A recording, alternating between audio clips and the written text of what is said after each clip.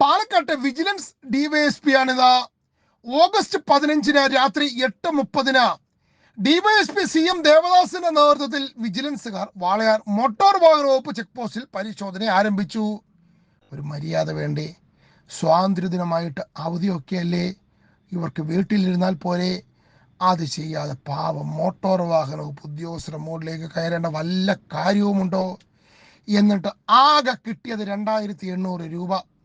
രാത്രി ഷിഫ്റ്റ് ആരംഭിച്ചിട്ടേ ഉണ്ടായിരുന്നുള്ളൂ.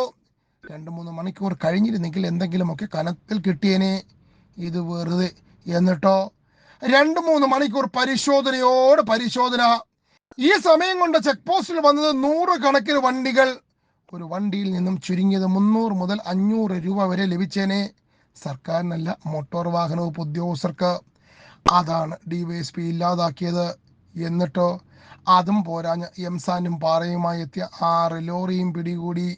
എന്നിട്ട് അതും മോട്ടോർ വാഹന വകുപ്പ് ജീവനക്കാരെ കൊണ്ട് തൂക്കിപ്പിച്ച് പിഴയും ഈടാക്കി. ചുരുക്കി പറഞ്ഞാൽ ഇന്നലെ രാത്രി പണിയെടുത്തതെല്ലാം വെറുതെയായി.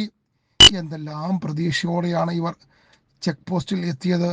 ഡിവൈഎസ്പിയോട് 2 വാക്ക്.